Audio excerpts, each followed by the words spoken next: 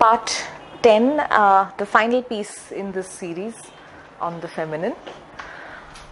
So today we're going to be speaking about what's emerging, what's next in this entire dialogue. So we've come a long way in terms of looking at what the feminine energy is, understanding it from various perspectives, the psychological perspective, the spiritual perspective, the social angle as well. The first few talks in the series were around the psychological aspect of the feminine in terms of the fact that all of us hold the feminine energy to various degrees, and that when we say the feminine is emerging or re-emerging in many ways, what it means is as a world, as a society at large, we are reclaiming aspects of the feminine which we otherwise did not hold very well or acknowledge in our psyche for various reasons, including the fact that the structure of our society is in a certain manner. We also spoke along the way about the journeys that we as people make, the psychic journey, the hero's journey and the heroine's journey. Hero's journey was a concept that was propounded by Joseph Campbell, who said that regardless of who we are and what society we are, what part of the world we are, there is what later Christopher Vogler called a monomyth. There is one story that everybody seems to live, and that story is what he called the hero's journey. Maureen Murdoch, a disciple of his, later came back to say that the hero's journey doesn't quite capture what it is like for a woman to make that journey, and therefore she countered it with what she called the heroine's journey, which in many ways is similar, but also in many ways it's different, in that the heroine's journey is a lot about reclaiming lost power. So all of us at some point in our lives, and sometimes simultaneously, undertake the hero's journey as well as the heroine's journey. The psychic masculine in us undertakes the hero's journey, the feminine in us undertakes the heroine's journey. And if you've not done that already, I would highly recommend download a copy of the heroine's journey or the hero's journey, whichever piece interests you. So you have the diagrams available online, and look at your own life from that perspective in terms of where do you believe you are on this journey and what's the next step. It's an extremely insightful process in many ways, in terms of your own healing, in terms of your approach to life, in terms of what next, where do I go forward next. So it's quite an enriching process to do that if you've not already done so. We also spoke along the way about gender and what it means for us in this society, and how the notion of gender fluidity is gaining ground. We spoke about the Jungian idea, Carl Jung's idea of how the feminine archetype has developed or is developing in our society. And then part 5 onwards, we delved deep into the esoteric aspect of the feminine, in that what is it that we practically need to do to be able to work better with our own intrinsic feminine energy. So we spoke about how do we align the masculine and the feminine, the being and the doing, the presence being the key, the gifts of presence being what we spoke about in the last 3 talks, that's wholeness, fluidity and congruence. And today we are wrapping up this entire piece by looking at what's next, what's beyond this dialogue. So the idea of walking the feminine path or working with the re-emerging feminine is to, of course, go beyond both the masculine and the feminine. It's not really about moving from a masculine ideology to a feminine ideology. That would serve no purpose. The idea is to go beyond gender, to go beyond both of these polarities and look at how do we co-hold this space internally for each one of us and for the world as well. So Faith Popcorn is a futurist, she's a writer, she's a marketeer. She had very famously said that the end of gender, or the gender spectrum, or the gender dialogue, is not about social androgyny. So it's not really about saying that let's all embrace the masculine and the feminine together and each one becomes androgynous. Or on the other end of the spectrum, each one becomes asexual. That's really not the purpose of the dialogue. The idea is integrate the feminine and the masculine. So what she says is it's about integrating the emerging dominance of the feminine, and she calls it the dominance of the feminine given that over the centuries we've managed to assimilate a fair bit of the masculine, and therefore wherever the feminine needs to catch up, it sounds like it's dominating, but it's not really about the feminine taking over the masculine aspect of our psyche. So we are at the end of the combative feminism. It's not about the bra-burning feminist approach that we used to hear about a few decades ago.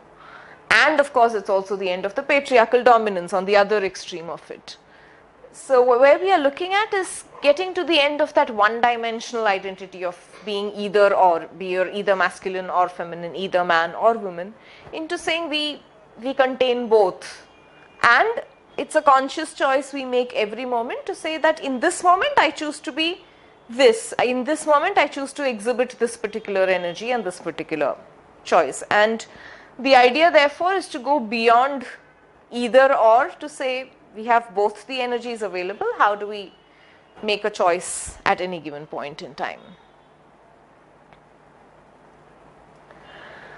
But the challenge in this path, and therefore the need for the new mythology, is that when we integrate the masculine and the feminine, it's important that we integrate the right aspects, the right values of the masculine and the feminine, right?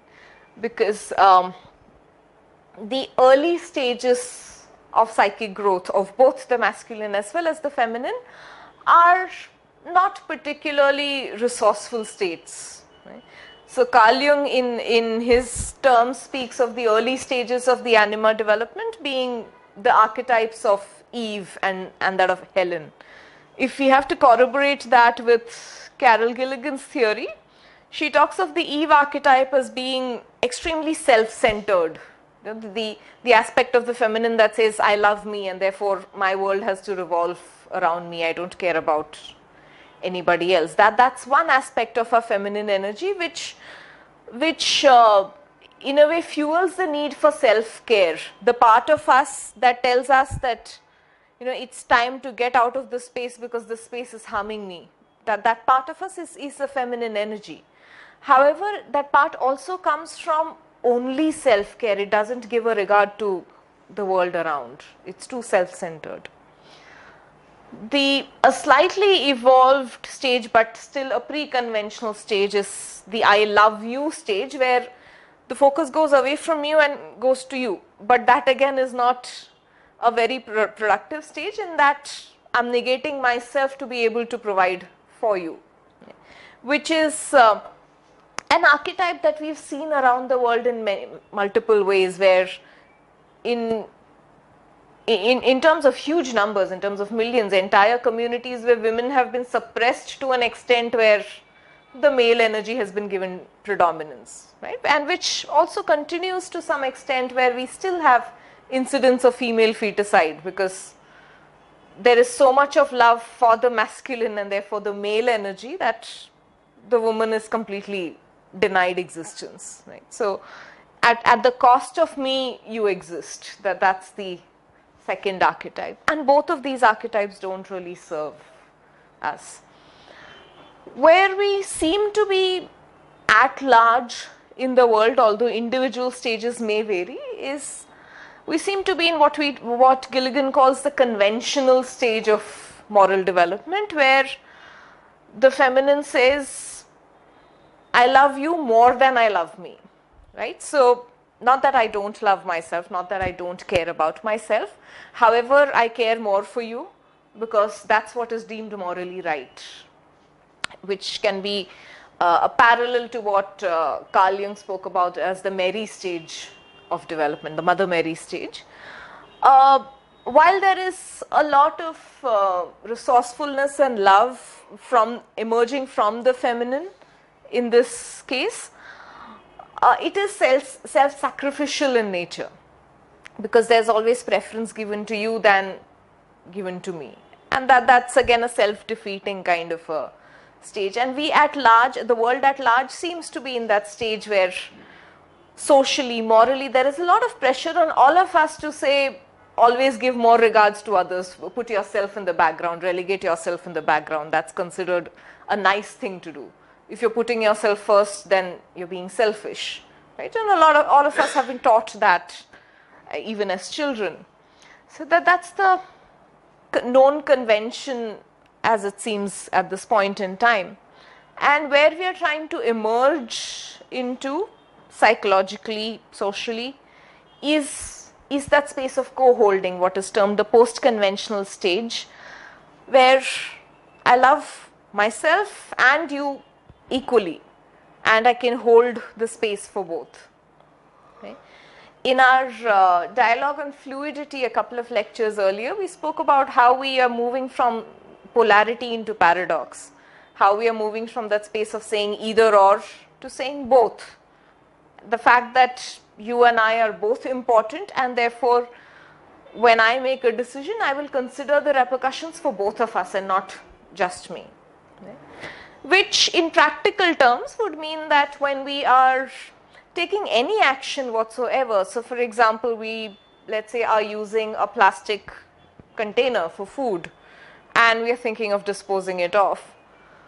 If we were to be in that post-conventional stage, it would mean that, yes, I need to take care of my comfort and therefore figure out if I really need this plastic container, or is it just building up trash in my house and therefore I need to dispose of it.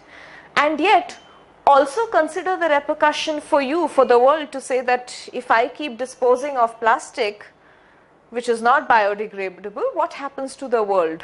How am I contributing to the environment and the degradation of it? And therefore, while I love me and while I love the world, how do I find a sustainable solution to use that plastic? Maybe I can reuse it for a while. Maybe I can convert it into something where I can plant something or use it in a different way, where the plastic gets as used as possible before it can be trashed, so that I don't keep creating piles of plastic that choke the environment. So creating sustainable solutions is the result of that post-conventional thinking, which all of us are called to do. So all of us hold all of these stages within us. All these stages of the feminine are accessible to us. What we choose to access at any given point in time is a matter of conscious choice. If we do not make a conscious choice, it's likely that we may perhaps end up accessing the conventional or the pre-conventional stages that we have been trained to do. The post-conventional choice takes a little more effort, a little more consciousness to be able to work with it. So what we are inviting through this dialogue specifically is that now when we are in a space of integrating the masculine and the feminine within us, what stages, what aspects of it, what values of each are we integrating? What values of the masculine are we integrating? What values of the feminine are we integrating? If we look at the unevolved feminine, for example, the unevolved feminine in us brings up emotions like possessiveness, like jealousy, like being clingy, not wanting to move on. That's the unevolved feminine. The evolved feminine brings in a lot of fluidity, a lot of creativity, expressiveness, which are all very resourceful emotions. Similarly, on the other hand, if you look at the unevolved masculine, it brings up a lot of dominance, aggression, violence. The evolved masculine, on the other hand, brings up a lot of discipline, a lot of rigor that is needed to see something through. The power of execution comes from the evolved masculine. So it is a matter of choice in terms of which of these emotions, which of these energies do we choose to now integrate. We still have access to the unevolved energies and we can still end up integrating it, but that doesn't really give us any particular strength, neither for us nor for the world around. So the invitation is to consciously integrate the evolved feminine in us and the evolved masculine so that we can co-create a world that is sustainable for all of us. Right? So this is a dialogue that will call for some reflection and some meditation, and that's an invitation I put out to each of you here in terms of spend some time perhaps later today, later in the week, to see what aspect or what stage of the feminine are you in touch with, more in touch with, and where do you therefore need to evolve from there? How do you get to that post-conventional stage where you co-hold the good of yourself and the good of the world, the good of the family or friends or community or wherever you belong to? How do you co-hold the good, and therefore how do you consider those aspects when you make any decisions in life? And those decisions could be as simple as clearing trash from your house, to using plastic, to planting trees, to perhaps even changing a job. Right? All of these decisions have an impact on you and have an impact on others. And are we equally considering both those areas when we make decisions? That would be integrating the masculine and the feminine within us.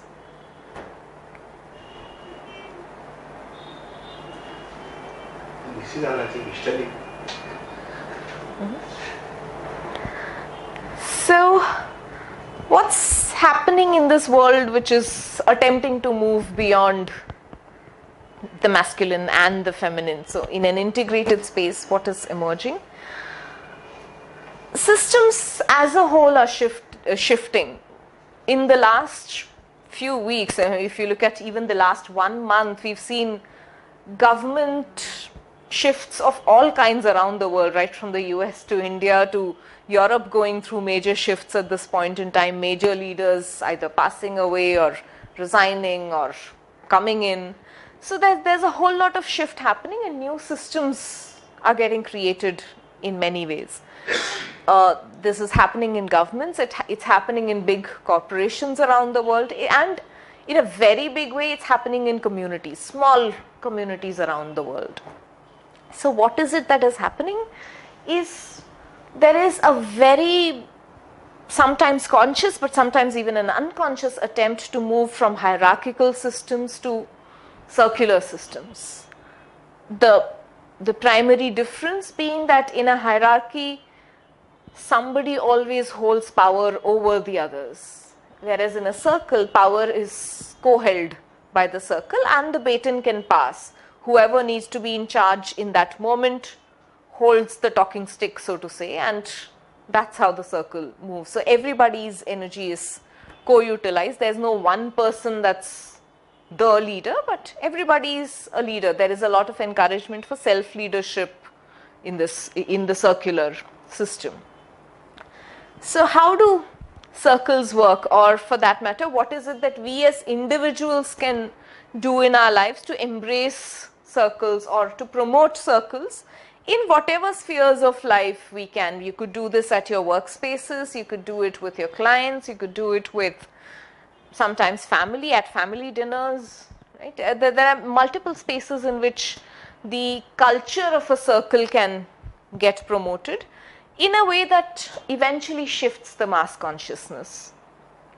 So one way in which all circles work is to be able to listen to everybody, which means when you gather, even if it's a group of friends as a hypothetical example, start with a ritual, a culture of checking in with everybody in terms of how is he or she feeling, what is he or she bringing into that space, and that space could simply be a conversation over coffee, right? Or it could be a dinner with your family. How is everybody feeling? And at the end of that process, at the end of that meal or that coffee, look at how is everybody feeling as they step out. So what is it that they brought into the circle and what are they stepping out given the energy of the circle? The other tool or ritual that can be used is, of course, open dialogues where there's no talking to but speaking with, which means one person is not the head of the table and giving guidance or giving advice, but everybody discusses their perspective on whatever the issue is, and therefore relationships have more parity, there's more equality in the relationship. It's not about one person being senior and the other being junior. The psychological parity is what we as a world are trying to bring about. A classic example is the structure of the Canadian government at this point in time. If you look at the Canadian cabinet, each person in the cabinet is extremely qualified to be in that position, and each person is an equal contributor to the government. It's not about the prime minister leading the country as much as the entire cabinet leading in their own respect, in their own rights. So you have the minister for sports is actually an Olympian, the minister for aviation is actually an astronaut, right? The minister for education is a scholar who's done her doctorate. So each person is equally qualified to hold that position and contributes in a manner that cannot be overruled by the prime minister. The prime minister doesn't make decisions for the others. Right? And so, that aspect of governance, the new system of governance, so to say, is being highly appreciated. And a lot of countries are now looking at that as a benchmark that they can use as a role model. In many ways, in the Canadian government at this point in time, the Prime Minister is one of the youngest persons in the cabinet. All the others are senior to him. And yet, the government functions beautifully. And the functioning and the efficacy showed when an entire town, a few months ago, the entire town of Alberta caught fire in massive forest fires, and not one person lost their life. They evacuated the entire town absolutely neatly because everybody worked in sync, right? So because there is no hierarchy, there is no bureaucracy. It's a circle that's working there. So circles also, of course, call for more open space processes. What we mean in layman terms in open space processes is the ability to go in and out of the space as and when you choose to. So it brings in a lot of authenticity. What it would mean for you and me is having no rigidity around, let's say, a dinner table, where each family sometimes tends to have its own rules in terms of you cannot interrupt an elder at a dinner table, or you cannot take a phone call in between meals, or you have to come to the dinner table at a certain time, or else it's not really done, right? And what open space processes mean is that they encourage authenticity. It's about saying that if a child, for whatever reason, does not feel like having dinner at a certain time, the child is free to come and go, or sometimes not come, and that's acceptable. That does not exclude the child, that does not call for a scolding. It is about saying that this is your space, the space is available, and you come in when you feel like. You don't have to be here because it's a rule to be here. Okay? Non-verbal processes are gaining ground in a big way, and that's again a beautiful tool to hold a circle.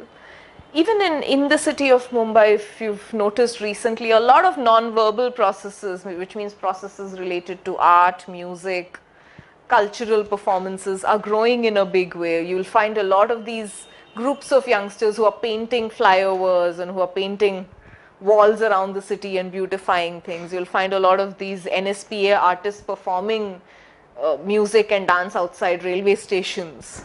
Right? So there's a lot of communication and social messaging that's happening through them, but through non-verbal processes, which means they're not dictating, they're not saying we know it and therefore we will tell you how. They're simply saying we are going to perform and enjoy, and perhaps you will learn through that process.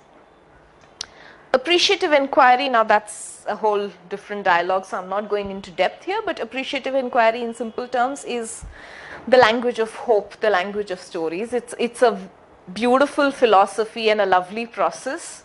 I think one of my earlier talks on appreciative inquiry is online on the Help Talks channel, so you can look that up if you're not familiar with it.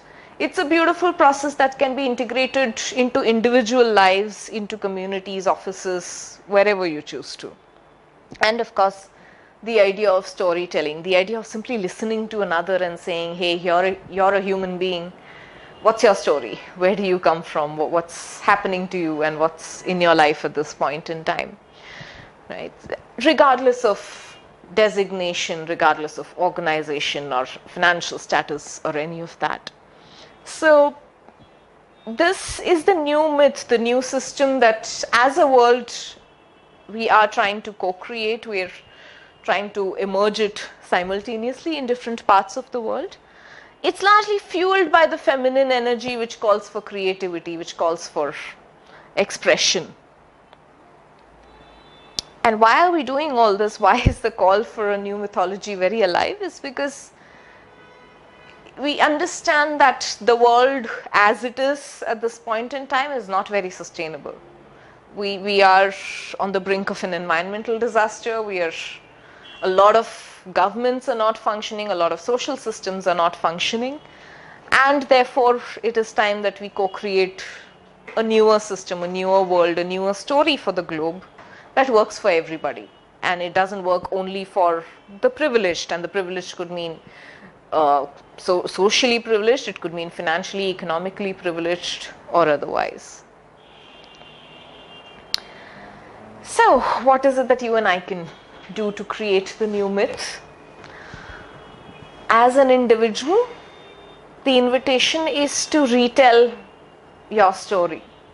Right? And it seems very simple, it's a 3-word tip there, but it's a very deep process, and it can be an extremely powerful process. The exercise that I would encourage you to indulge in later today or sometime in the week is sit back for a while and think about how have you been telling your own story in your own head. It doesn't have to be telling to somebody else, but sit back and think about what are the words that you use when you say your own story, from the fact that I was born in this place, to this family, to this education, school, college, work, and so on.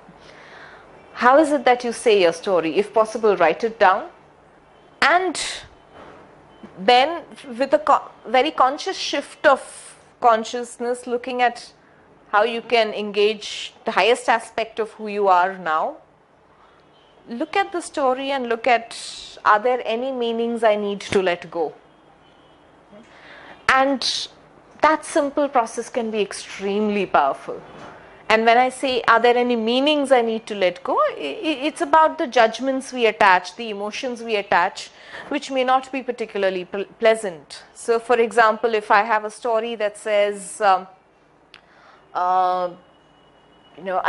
in school I ended up being, let's say, bullied by some of my friends because I was fat, or because I was poor, or because I didn't carry a fancy school bag, right? And the meaning I'm giving to that story is, yes, there was an incident of bullying, but the meaning I give is that I was bullied because I was poor, I was bullied because I was fat, right? And in giving it that meaning and in holding that story, I'm judging myself. I'm giving myself the message that it's not okay to be poor, it's not okay to be fat, and it's not okay to be bullied. Right? The choice now is to, with a new consciousness, relook at that incidence and say, hey, okay, once upon a time in my life there was an incidence of bullying. As an adult now, with all the powers that I have, with the judgment that I have, with the evolution I've had in my own journey, I understand that bullying should not be tolerated. Having said that, do I want to give a certain meaning to the bullying and say it was because I was poor, because I was fat, because I was whatever? No. It just happened, and it shouldn't happen to anybody. It's not about it shouldn't happen to somebody who's poor, or it shouldn't happen to somebody who's fat. It shouldn't happen to anybody, and therefore my energy now is devoted to looking at what's the solution for bullying. It's not about being a victim of that bullying anymore. Right? So therefore my new story would say that, yes, once upon a time I was bullied when I was at school. Now that incident inspires me to work towards anti-bullying campaigns. Right? And that's a shift of story. It's a huge shift of energy. It releases the victimhood and puts you in a position of power to be able to do things that you otherwise would not have done. Retell your story. Yes. So in retelling we can modify also some aspects. Which is what I'm speaking about through the example. Instead of saying that I was a victim of bullying, now it's about saying, yes, there was bullying in my life, and that inspires me now to act. Right? And that's the retelling, to say that now I'm an activist who works so that others will not be bullied. Instead of passively saying the story and saying, oh my God, this happened to me, it's about coming into my power and saying, hey, I'm not going to let that happen to anybody else because I'm inspired. And I'm standing in my power as I say that. That's the retelling. Okay. So moving from the victim consciousness into the power consciousness, which says, I have the power to do things which are productive for myself and for the world around. Okay. So it sounds like a very simple process, but trust me, it's an incredibly powerful process if you really indulge into it. I would highly encourage that if you're doing it for the first time, perhaps write the story as it comes to you, because that lends a certain amount of objectivity as you relook at it and then decide how to retell it, decide how do you want to learn from it and what is the next stance, what is the next powerful position that you wish to hold vis-a-vis the same story. The story does not change, but it gets reinterpreted. Like individually, sometimes in a group, by small group, who shares their stories can make the difference. Yes, you can work with groups as well. We see the same situation, the other guy. Yes. Response were different. Yes. Yeah. And sure. The group processes can be powerful. My only caution there would be, make sure that the entire group is conscious of the purpose of retelling. Right? Sometimes group processes, when it comes to sharing stories, can go into a mode where everybody sympathizes with the other and the entire group goes down, and that's really not the point of saying the story. The idea is that the group as a whole lifts up. So each person in that group, each person in that circle, so to say, needs to hold that awareness and that purpose that we are retelling in order to overcome that victimhood and not to wallow in that victimhood. That needs to be very clear. Yeah. And that retelling of stories, if we look at the collective globally, is happening in very interesting ways. It's and that is in a way a marker of the shift in the collective consciousness. If we look at how let's say a myth, a typical mythological story like Ramayana, for example, was taught to us as children, or how we read it from our books at school, or in our families, and the way Ramayana is now being interpreted. Right? If any of you have read Devdutt Patnaik's book Sita, which was published in the recent years, there's a dramatic retelling of that story. The story is the same. However, in the older versions of Ramayana that we were brought up in, the story is about poor Sita and how she never had a choice in life in terms of what happened to her, and decisions were made for her, and she was sent to the forest and there's nothing she could do about it. And the reinterpretation of that story puts her in a position of power where she says, I realize I don't need a man to live with, and therefore I make that choice to not stay in a space that does not honor me. I choose to go back to the forest to my mother. And that's a dramatic retelling of that story, which makes you look at the same tale with a completely different lens. And that's happening in multiple contexts around the world in different ways. So it's an interesting process that seems to be happening around the world, and it's great fun to indulge in it as an individual as well. If you're willing to extend the process and look at creating the myth at a community level, and this community could be your office, your colleagues, perhaps people in your neighborhood, friends, look at retelling your story and then creating circles where others can retell their stories as well. And the process of a circle, as we said, is not hierarchical. It's not about you being the leader of the group, but you simply fostering the group. You hold the space for the group where multiple other people can come in and share their story and retell their story. They restart the way they look at life in a different way. Finding a yes, candle marches in a way are, in some ways, yeah.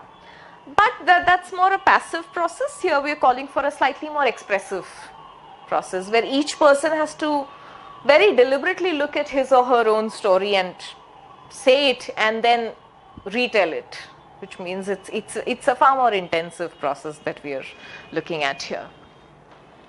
And of course, if you're further looking at extending your reach and building onto this new consciousness, look at how can we steward resources in order to create a more conscious life for all of us. And when we say steward resources, what we mean is we don't have to own those resources. We don't have to own a lake or a river or the land for that matter in order to care for it.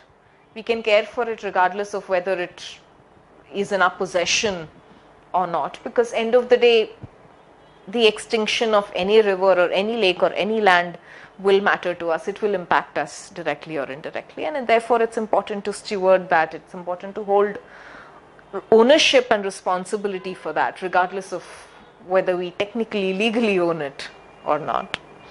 So it can be an extremely deep process if you so wish. And the great part about this new mythology is that we are still writing it as a collective, and therefore there is a great chance to actively participate and contribute and perhaps create a story of your liking as you go along. So it's an exciting time in terms of the collective. So let's see what we end up creating and what kind of a world emerges for us.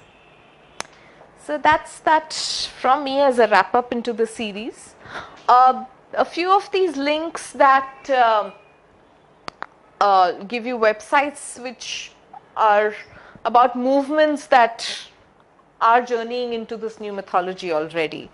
Awaken.org is a very active website. In fact, they have a very active local Mumbai chapter that looks at conscious living in a city like this, and they often hold talks and other events that you can participate in, and most of those events are free.